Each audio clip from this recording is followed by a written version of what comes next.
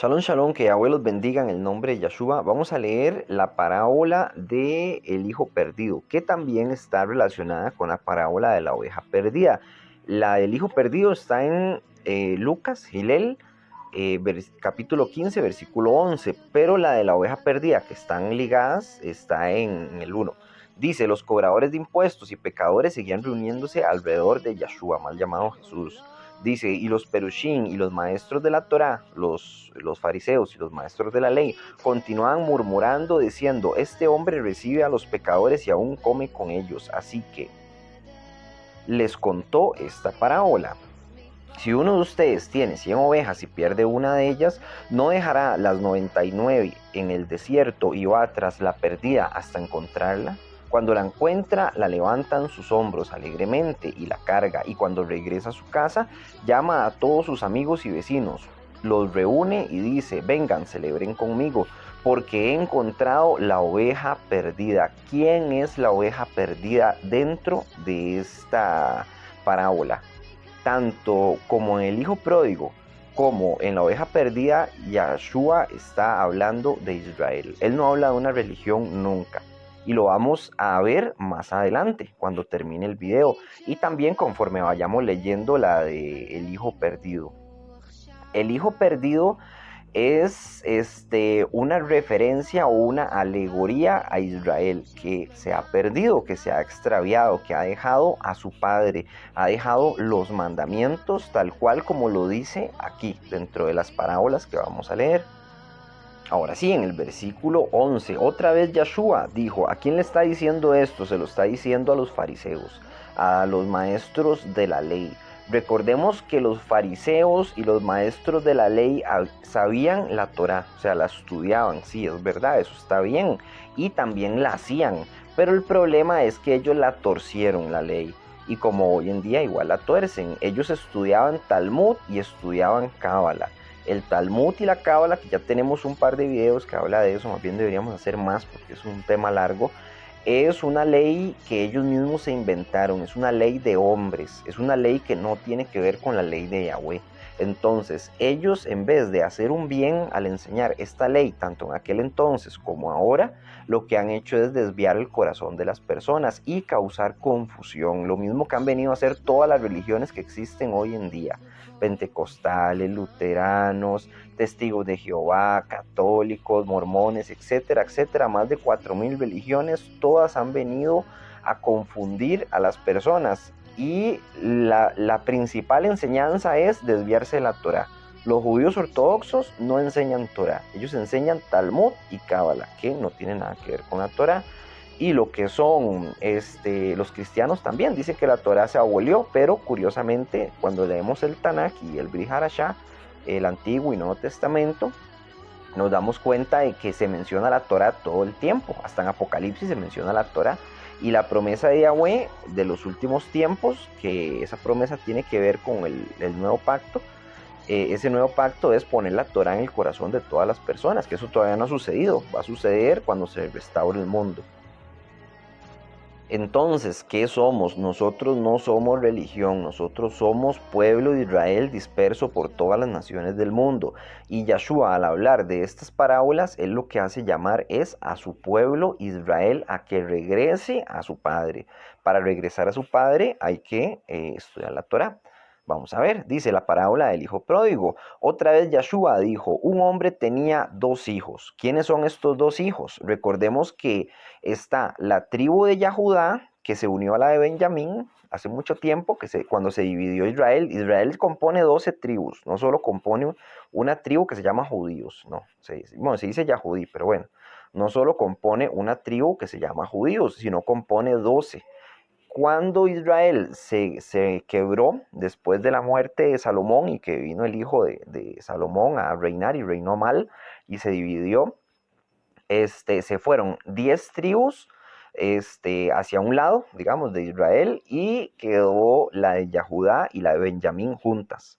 Entonces estos son los dos hijos, la tribu de Yahudá, ¿verdad? Y la tribu de Israel, que, es, que se alejó, ¿verdad? Que se alejó especialmente más todavía de Yahweh. La de Yahudá se alejó, pero ellos se alejaron más todavía. Entonces va de nuevo. Otra vez Yahshua dijo, un hombre tenía dos hijos. El menor dijo al padre, padre, dame la parte de la fortuna que será mía. Esta fortuna obviamente tiene que ver con el reino venidero, que es lo que hace referencia a Yahshua. Por lo tanto, el padre dividió la propiedad entre ellos. Tan pronto como pudo convertir su parte en dinero, el hijo menor se fue a un país lejano, donde derrochó su dinero viviendo una vida en el 14. Pero después que lo había gastado todo, se levantó una hambruna severa en todo el país y comenzó a pasar necesidad. Este hijo que se gastó la fortuna y que vivió pues una forma pecadora, se podría decir, representa a Israel. Israel somos, bueno, todos nosotros. Israel, esas 10 tribus, físicamente hablando, genéticamente hablando, recordemos que lo que sucedió en España, en la Santa Inquisición española, era una matanza tan grande, no de judíos, sino de israelitas que celebraban el Shabbat, que celebraban las fiestas de Yahweh, que estudiaban la Torah, que no querían hacerse católicos, y por no hacerse católicos los acusaban de brujos y brujas y los asesinaban, los quemaban en aceite hirviendo, los torturaban, los mataban de hambre. Lo que sucedió en la Alemania nazi, que mataron a los judíos, que la llaman el Holocausto, no solamente sucedió ahí, sino que también había sucedido ya en Roma y sucedió también en esa, bueno, lo que estaba sucediendo en ese entonces, en lo que llaman la Santa Inquisición. En Roma lo que había eran los circos romanos, que tomaban a los israelitas y los mataban, los tiraban a los leones y la gente se moría de risa, lo llamaban a los circos romanos y bueno, cantidad de cosas. Después se dio la Santa Inquisición española y tenemos la Alemania nazi también. Cuando ellos huyeron de España, se vinieron a América a vivir. Esos son los españoles que llaman sefarditas. Muchos se atreven a decir que estos españoles sefarditas son tribu de Efraín, la cual somos nosotros. Nosotros no somos indígenas. ¿Por qué? Porque no tenemos rasgos indígenas. No tenemos pómulos indígenas, color de piel indígena. Se dan casos de personas que sí, es verdad, que fueron mestizos, pero fueron pocos. La gran mayoría fueron masacrados. Hablando desde un punto de vista histórico, cuando entró España aquí, masacró a todos los indígenas que pudo, dejó unos poquitos y ellos se vinieron a vivir después. Los colonos de aquel entonces que vinieron a colonizar América eran israelitas que venían escapando de la matanza que se estaba dando en España y se quedaron a vivir aquí. Esos son nuestros abuelos, los sefardíes, llamémoslo, la tribu de Efraín. La tribu de Manashe se dice que se fue a Estados Unidos, que esos salieron de Inglaterra, que igual no los dejaban, ¿verdad? Los estaban persiguiendo, pero una persecución distinta. Y ellos poblaron lo que es Estados Unidos. Y así con todas las naciones del mundo, Yahweh dispersó a sus ovejas por todas las naciones del mundo, como él prometió que iba a suceder si se olvidaban de sus mandamientos. Y hoy en día está tan ciega la congregación de Yahweh, que es todo el mundo entero, y todo el que quiera seguir sus mandamientos también no quieren, o sea, dicen que creen en Dios, pero no le creen porque no lo obedecen. Están tan ciegos que están perdidos. Esas son las ovejas perdidas. Continuemos con la parábola en el 14. Pero dice, después de que lo había gastado todo, este es Israel, se levantó una hambruna severa en todo el país y comenzó a pasar necesidad. Así que fue a uno de los ciudadanos de este país quien lo mandó a sus campos para alimentar a sus cerdos. Pasó de ser un hombre rico y estar al lado de su padre, que su padre representa a Yahweh en esta alegoría, a alimentar cerdos, el cual es un animal prohibido por la Torá. Ya hay videos que explican por qué se prohibió, que esa ley no se abolió, que uno hoy en día no debe comer cerdo siempre y cuando usted quiera obedecer a Yahweh. Hay gente que agarra textos de la Biblia y los saca de su contexto y dice, sí, sí se puede comer. Bueno, ahí yo los explico en el video para que lo vean. Entonces, regresando al texto, dice que él ahorita está alimentando un animal que es no kosher, que no es de consumo, que es un animal que se considera tan asqueroso como una rata en la Biblia, porque el cerdo y la rata casi siempre se mencionan juntos en la Biblia. A como no se come una rata, no debería comerse un cerdo tampoco. Y él está degradado totalmente, cuidando cerdos. Dice, y añoraba llegar a su estómago unas con las viandas de algarrobas que los cerdos comían, pero nadie le daba ninguna. O sea, este hombre estaba, este hijo pródigo, que es Israel, deseaba comer lo mismo que comían los cerdos, pero él no podía comer, le prohibían hasta comer la misma comida de los cerdos, llegó a ese punto. En el 17, al fin volvió en sí y dijo, cualquier cantidad de los jornaleros de mi padre tiene comida para compartir, y aquí estoy yo muriéndome de hambre. O sea, los siervos del padre de él, que va siendo dentro de la alegoría de Yahweh, comían mejor que él todavía y que hasta le podían dar a compartir a él. Me voy a levantar, regresaré a mi padre y diré, Padre, he pecado contra el cielo y contra ti. Muy, muy interesante, o sea, él ha pecado contra el cielo, contra la creación en sí, y dice, y contra ti también, o sea, contra Yahweh, ya no soy digno de ser llamado tu hijo. Trátame como a uno de tus jornaleros. Él prefería ser un empleado, ¿verdad? O ser un siervo, en pocas palabras, y ya no ser más llamado un hijo, pero ser tratado dentro de la casa de su padre era mejor que vivir en la hambruna en la que él estaba viviendo. Y él está en un país lejano, o sea, hace referencia como, qué sé yo, a Egipto, a Roma o a un país pagano, en pocas palabras. Por lo cual se levantó y se dispuso a regresar a su padre, pero cuando aún estaba lejos, su padre lo vio y fue movido a compasión. Corrió y echó sus brazos sobre él, abrazándole tiernamente. Estas son las personas que se han alejado de Yahweh, pero que están regresando. Este es el pueblo que está regresando a Yahweh. ¿Cómo los trata Yahweh cuando regresan? Mal. No, más bien los recibe bien. Yahweh pretende rescatar a todas las personas que se pueda, pero la persona que no quiera ser rescatada no lo va a hacer. Su hijo le dijo, Padre, he pecado contra el cielo y contra ti, ya no soy digno de ser llamado tu hijo. Pero su padre le dijo a sus esclavos, pronto, traigan una túnica, la mejor, pónganla sobre él, pongan un anillo en su dedo y zapatos en sus pies. Traigan el becerro que ha sido engordado y mátenle. Comamos y celebremos, porque este hijo mío estaba muerto, pero ahora ha revivido de nuevo. Estaba perdido, pero ahora ha sido encontrado. Y comenzaron a celebrar. Ahora bien, su hijo mayor, ¿quién es el hijo mayor? Este es Yahudá, el que sea como sea, o sea, aunque lo haya hecho mal, él se le ha encomendado la Torá, guardar los mandamientos, enseñar los mandamientos, cuidar del templo en aquel entonces. Ya el templo, por desgracia, fue destruido, ahorita está siendo pisoteado por el Islam. Lo que tienen ahí es la mezquita de Al-Aqsa o la mezquita de la Roca, que es la casa de Satanás, ese lugar, pero al menos ellos se han conservado y por eso también han sido bendecidos. Una bendición especial. Dice, ahora bien, su hijo mayor, en este caso ya Judá, estaba en el campo cuando vino y se acercó a la casa, oyó la música y las danzas, de modo que llamó a uno de sus sirvientes y le preguntó, ¿qué está pasando? El sirviente dijo, tu hermano ha regresado y tu padre ha mandado a matar el becerro engordado porque ya lo tiene de regreso sano y salvo, pero el hijo mayor se enojó y no quería entrar a la casa. La casa, en pocas palabras, va siendo como el reino.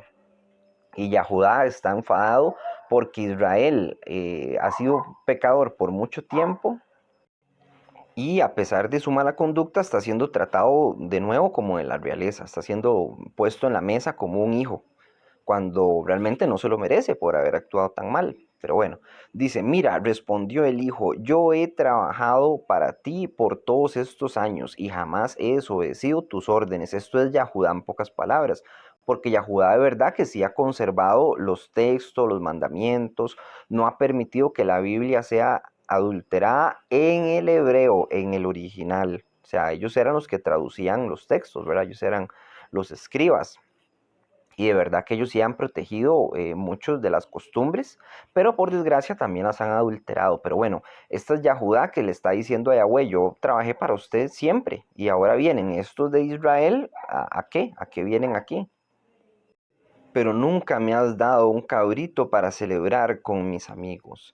Teníamos que celebrar y alegrarnos porque este hermano tuyo estaba muerto y ha regresado a la vida, estaba perdido y ha sido encontrado. Eso podemos leerlo muy similar en Matillá, cuando Yeshua manda a sus discípulos no a ir por los gentiles. Los gentiles no es lo que la gente cree. Un gentil es un pagano, es un idólatra. Y Yahweh fue a buscar a las ovejas perdidas de la casa de Israel. A eso fue enviado sus 12 discípulos y las personas que venían después de ellos también. Los goyim son israelitas, los gentiles son israelitas que habían perdido su rumbo. Para ser parte del pueblo no necesariamente tenga que tener apellido sefardita, que es algo en lo que cae mucha gente. Tampoco tenga que tener genética israelita, sino lo que tiene que tener es pues amor por Yahweh, por sus mandamientos. Ahí es cuando Yahweh los recibe a uno de regreso. Entonces dice, a estos 12 Yeshua envió con las siguientes instrucciones: no vayan al territorio de los goyim, al territorio de los incircuncisos, a lo de los paganos, a lo de los gentiles. Yeshua les está diciendo, no vayan ahí, no vayan al territorio de los goyim y no entren en ningún pueblo de Shomrón. Vayan mejor a las ovejas perdidas de la casa de Israel y al ir proclamen, el reino de Yahweh está cerca. Oh Israel, regresa a la mesa de tu padre, ¿o piensas alimentarte junto con los cerdos en la porqueriza? ¿Hasta cuándo vas a estar sucia? ¿Hasta cuándo vas a cambiar tus ropas por prendas limpias de lino fino, blanco y resplandeciente? Oh oveja de Israel que estás perdida en los montes altos, escucha el silbido de tu Señor. ¿Por qué sigues perdida? ¿Por qué tapas tus oídos con tus manos y desvías la mirada de la de tu padre? No dejes que el enemigo te robe tu morada. רוחות עזות ורעמים, אתה עלה קטן מתנועע,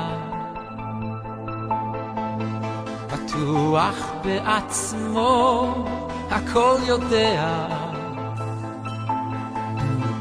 קח איתך צידה לדרך את ניסיוני, אל תזלזל, אולי זה כל מה שיש לי. כי יש ימים יפים, הכל פורח, ויש שעות קשות, הכל בורח. תחזיק חזק עלה קטן שלי, כי לא תמיד הכל בחוץ בהיר, ורוח סער וסופה קרה. תזכור ותתחזק, אני איתך. תחזיק חזק עלה קטן שלי.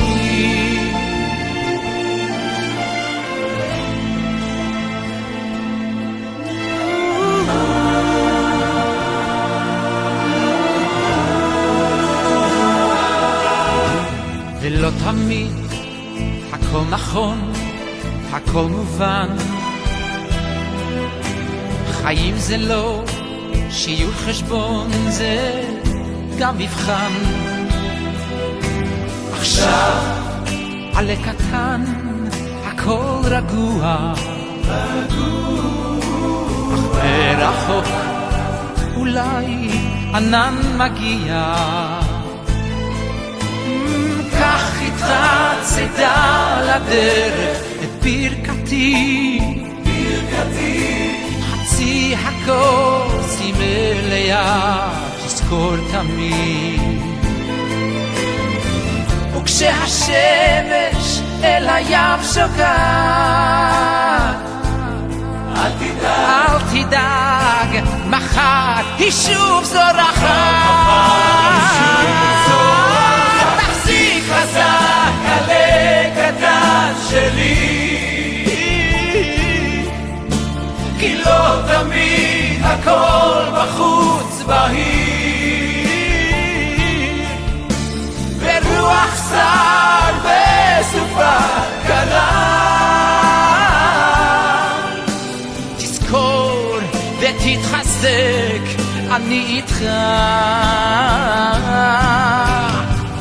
תחזיק חזק, הלב קטן שלי. תחזיק חזק, הלב קטן שלי.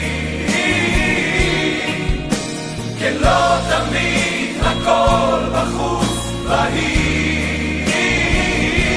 ברוח סער בסופה קרה.